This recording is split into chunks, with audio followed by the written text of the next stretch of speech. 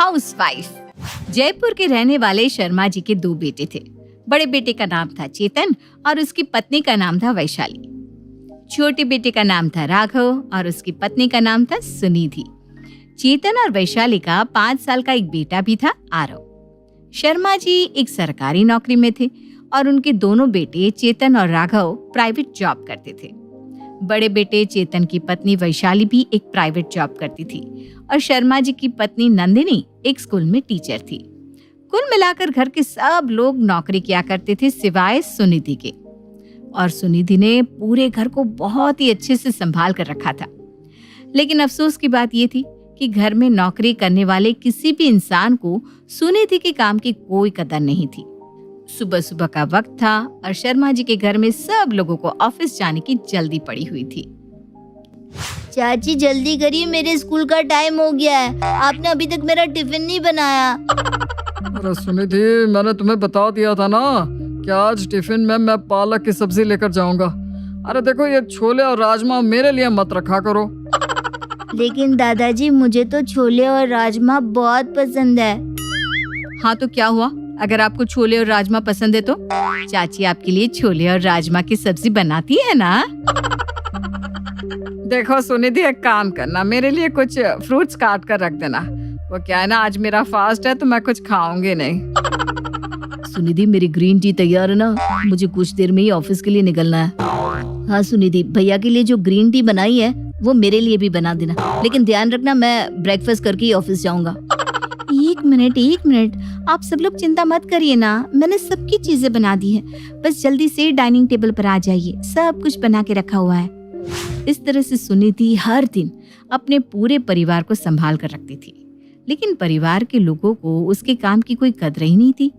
शाम के वक्त सब लोग बैठकर एक साथ डिनर कर रहे थे और सुनिधि रसोई में खाना बना रही थी।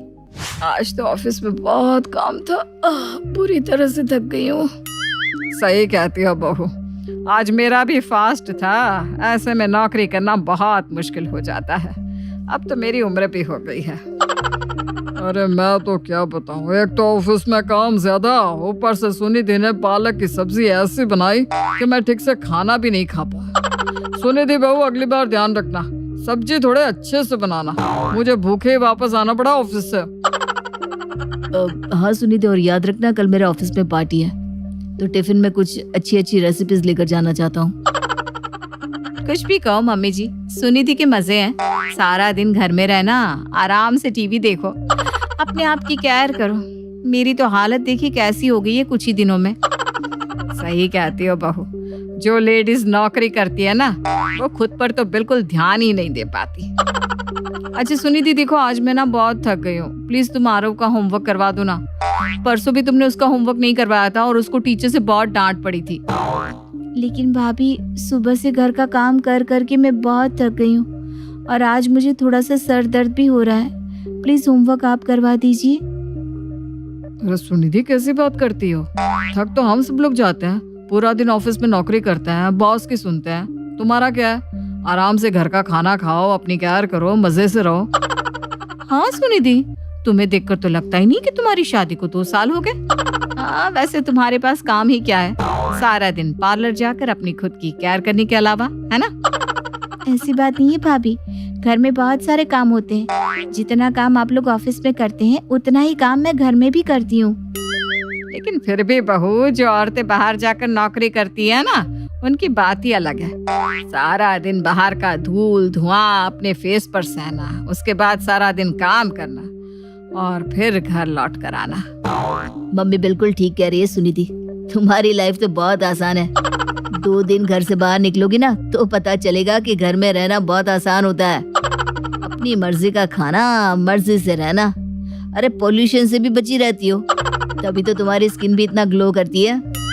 पता नहीं, लेकिन मैं आप सब लोगों की बात से बिल्कुल भी एग्री नहीं हूँ। कम से कम आप लोग जो नौकरी करते हैं उसके बदले आपको पैसे तो मिलते हैं। मुझे तो घर का काम करने के कोई पैसे भी नहीं मिलते। अच्छा, तो क्या चाहती हो बहू, कि अब हम सब तुम्हें खाना बनाने के लिए पैसे देना शुरू कर दें? अच्छा लगेगा क्या?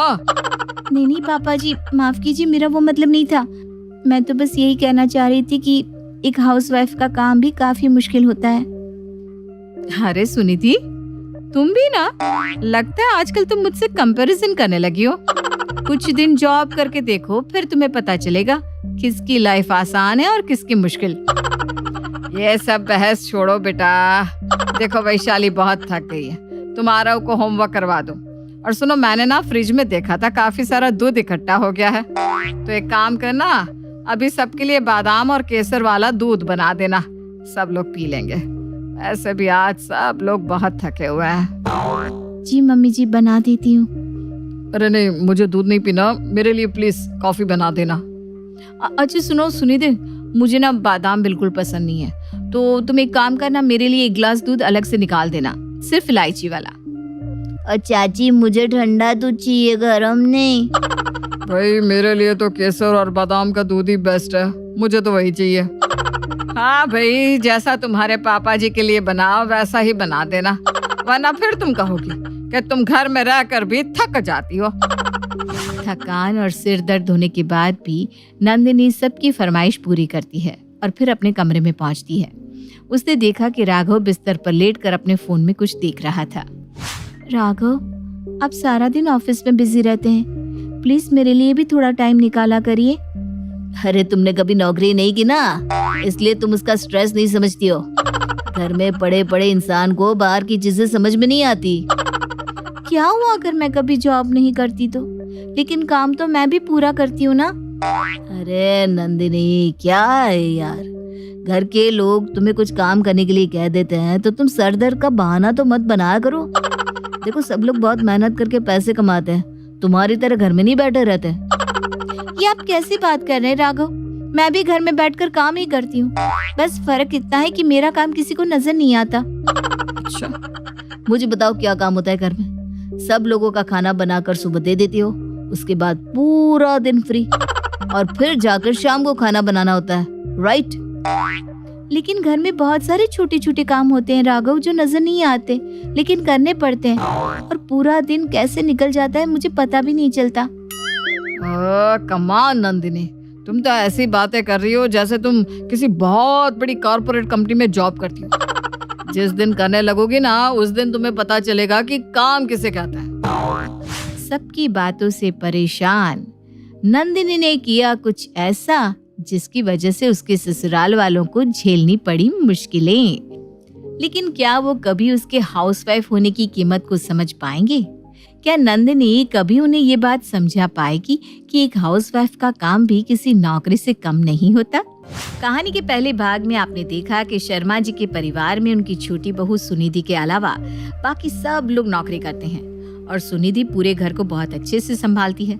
लेकिन कोई भी सुनिधि के हाउसवाइफ के काम की कदर नहीं करता। यहाँ तक कि सुनिधि का पति राघव भी उससे कहता है कि वो सारा दिन घर में आराम ही तो करती है। आइए देखते हैं कि आगे क्या हुआ सुनिधि की लाइफ में, कहानी के इस दूसरे भाग में। राघव की बातों से सुनिधि का दिल बहुत ज्यादा दुखी था, लेकिन वो बिना कुछ कहे चुपचाप सो गई। कुछ दिनों तक सुनिधि की जिंदगी ऐसे ही चलती रही और फिर एक दिन सुनिधि और उसका परिवार एक रिश्तेदार के यहाँ शादी में गए थे। सब लोग वहाँ पर मेहमानों के साथ बातें करने में बिजी थे और सुनिधि चुपचाप एक कोने में बैठी हुई थी। लेकिन तभी अचानक सुनिधि ने अपनी जेठानी वैशाली को किसी से बात करते सुना। वैशाली, तुम्हारी देवरानी को देखकर तो लगता ही नहीं कि उसकी शादी को 2 साल भी हो गए हैं। आज भी ऐसा लगता है जैसे कॉलेज में पढ़ती है। तो लगेगी ना, अब घर में पड़े पड़े इंसान सारा दिन अपनी केयर करता रहता है, काम ही क्या है उसके पास। कभी फेस पैक लगा लेती है, कभी पार्लर चली जाती है, दिन भर आराम करती है, इसीलिए इतनी यंग नजर आती है। ठीक कहती हो तुमने ना अपनी सारी खूबसूरती नौकरी कर करके खराब कर दी। वही तो, अगर मैं उसकी तरह घर में पड़ी होती ना तो वो मेरे आगे कहीं टिकती भी नहीं। सुनिधि चुपचाप अपनी जेठानी की बातें सुन लेती है और वहाँ से आगे बढ़ जाती है। आगे बढ़ते ही उसने अपनी सास नंदिनी को एक रिश्तेदार के साथ बात करते हुए सुना। अरे नंदिनी जी, आप इस उम्र में तो नौकरी छोड़ दीजिए, अब तो 2 बहुएं घर में हैं, आपको पैसे कमाने की क्या जरूरत। अरे क्या करूंगी घर में रहकर, एक बार रिटायरमेंट होते ही घर के काम में लगना पड़ेगा। ना बाबा ना, मुझे नहीं चाहिए ऐसी जिंदगी। लेकिन आपकी छोटी बहू सुनिधि, वो भी तो हाउसवाइफ है ना, आप अपनी बहू की हेल्प कर सकती हैं। अरे नहीं नहीं, मैंने इतनी पढ़ाई लिखाई घर के काम और बहू की हेल्प करने के लिए थोड़ी ना किए। और वो हाउसवाइफ है तो इसमें मैं क्या कर सकती हूँ, मेरी क्या गलती। लेकिन सुनीति ने घर बहुत अच्छे से संभाल रखा है सच में। अब पैसे नहीं कमाएगी तो कुछ तो करेगी ना। नौकरी करने लायक होती तो 4 पैसे तो कमा कर लाती। भाई मैं तो अपनी नौकरी कभी नहीं छोड़ने वाली। सुनिधि अपनी सास की बातें सुनकर दुखी हो जाती है और वहाँ से थोड़ा आगे बढ़ती है तो उसके कानों में अपने पति की आवाज सुनाई देती है, जो अपनी एक बराबर की उम्र के रिश्तेदार के साथ बातें कर रहा था। क्या बात है राघव भाई, आपकी तो मौज है। अच्छा खाना खाने को मिलता होगा। आपकी वाइफ तो हाउस वाइफ है ना। मेरी पत्नी को देखो, जॉब करती है, इस चक्कर में ढंग से खाना बनाकर नहीं देती। अरे यार, लेकिन हाउस वाइफ को देखा है तुमने कभी? कैसा बहन जी बन के रहती है। अरे मेरे ऑफिस में जॉब करने वाली लड़कियों को देखो, उनके कपड़ों को देखो, अपने आप को इतना मेंटेन करके रखा है कि क्या बताऊं। लेकिन राघव भाई, भाभी भी तो बहुत सुंदर है। सुंदर तो है यार, लेकिन है तो हाउस वाइफ ही ना। नौकरी वाले की बात अलग होती है। सुबह सुबह टिप टॉप होकर ऑफिस से निकलती है तो देखकर मजा आ जाता है। अपने पति की बात सुनकर सुनिधि का दिल बहुत ज्यादा दुखी था। उसे राघव से ये उम्मीद नहीं थी। उसे लगता था कम से कम राघव तो उसकी कद्र करता होगा। वो दुखी होकर वहाँ से थोड़ा और आगे बढ़ी और उसने अपने जेठ जी चेतन को अपने एक दोस्त से बातें करते सुना। यार चेतन, कुछ भी कह, ऑफिस में मजा आ जाता है जब टिफिन में तू रोज रोज नया नया खाना लेकर आता है ना। कहना ही क्या, तूने घर में कोई कुक लगाई है क्या? अरे कुक तो नहीं लगाई, लेकिन ये समझ ले कि घर में एक अच्छी खासी नौकरानी मिल गई है हमें। क्या मतलब? अरे मेरे छोटे भाई की वाइफ है ना, हाउस वाइफ है यार।